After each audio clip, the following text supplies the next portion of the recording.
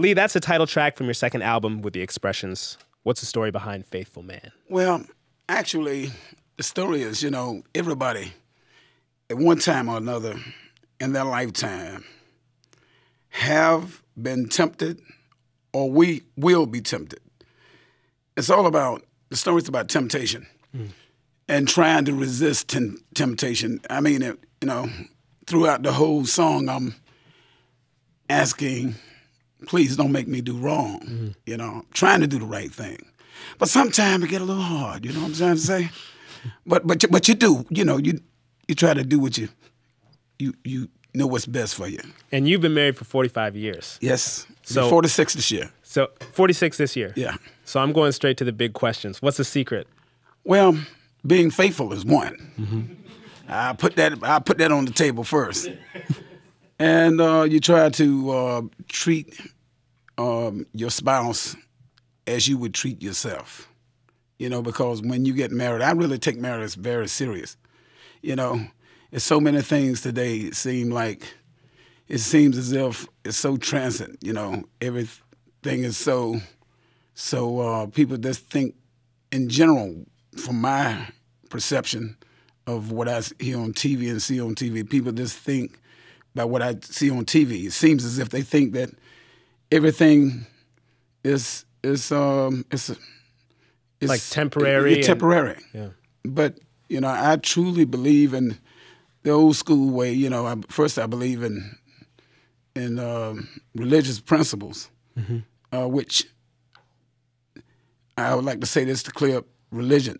I think any religion that tells an individual to love the Spirit of God with all your heart and soul, and to love your neighbor, to love their neighbor as if their neighbor were them, that religion is all right with me. I'm a Christian by faith, but if it anything that teaches you that, you can't go wrong. That's how you describe treating your wife, right? Right. As you would like to be treated. That's fitting because we've been talking all about religion today on the show for some reason. What first inspired you to get into the music business?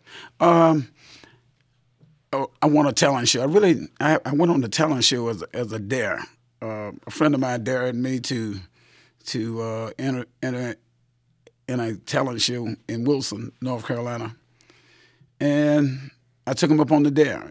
And I really wanted to be a businessman, because at that time I was a paper boy, I was doing pretty good too. I had a lot of customers, and it was all about trying to get a job that you can get paid adequately. Because my father, being in the South at the time, it was hard for him to find work, but he always found work though.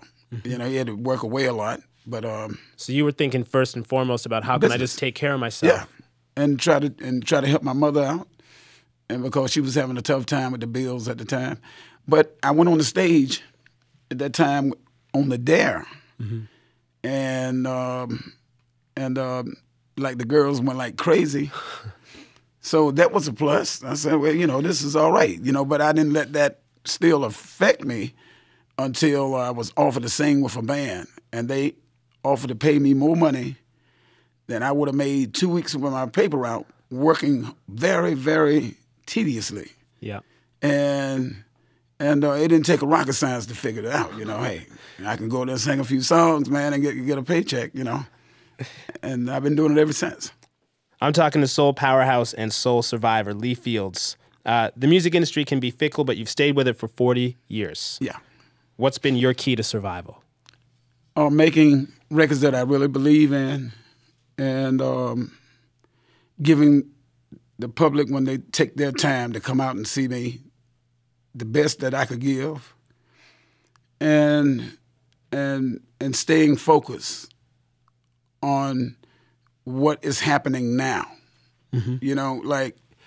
Although I'm a soul singer and still have that soul thing with me, I believe that regardless what your genre of music is, if you stay vigilant and focus on now what people are, what people are talking about, what move people at that moment. It's all about the moment. It's not about changing your styles or trying to sound like somebody else. It's all about the moment. So you can have soul music, but it's still relevant to now. Right. Yeah. In terms of now, if someone were to go into your car now, what will be playing? Well, you might hear, if I was driving, you might I had the radio sometime on Sirius radio, and I might be listening to the current pop song. Then you might get in there another day, I might be listening to Sly Stone. And you get in another day, I might be listening to Pavarotti opera or something, or I might be listening to country and western. I listen to all kinds of music because it takes all kinds of music to make a complete structure of music. So I might be listening to. There's no telling what I'm liable to be listening to. So all these different kinds of music, they all feed you, right? And as we touched on earlier in the interview, your faith feeds you as well. Right. How does it feed you as a musician? My faith? Well, when I'm in doubt, when I have those moments of uncertainty, I pray. And at my most weakest moments in my life, prayer has strengthened me and made me stronger. And so when I'm weak, that's when I'm at my most powerful point, when I'm weak, because I pray. And I do believe that there is a God beyond the shadow of a doubt. I have if a person say they believe and you got doubt in your mind, well, you really don't believe, because belief is the absence of doubt. I have no doubt, none whatsoever. I believe after I leave here, physically, after I expire from this world, I believe I will go on to another dimension. And I think that's how we got here in the beginning. I think all of those sperms that were swimming for that one egg, the focus sperm got there. It's all about a race. That's the reason why they call it the human race. It doesn't stop here. It's a race, a continued. If we graduate from this earth, that means to keep our faith all the way down to the end. The person that lose their faith, those are one of those, we might be called sperms in another world. You know what I'm saying? Well, we're gonna hear some of that soul, some of that faith in song in just a moment. One last song from your latest record, Emma Jean. You can head back there and let us know what you're gonna play for us first. Okay. I'm gonna let Toby call this one. Talk to somebody. Okay. Talk to somebody. All right.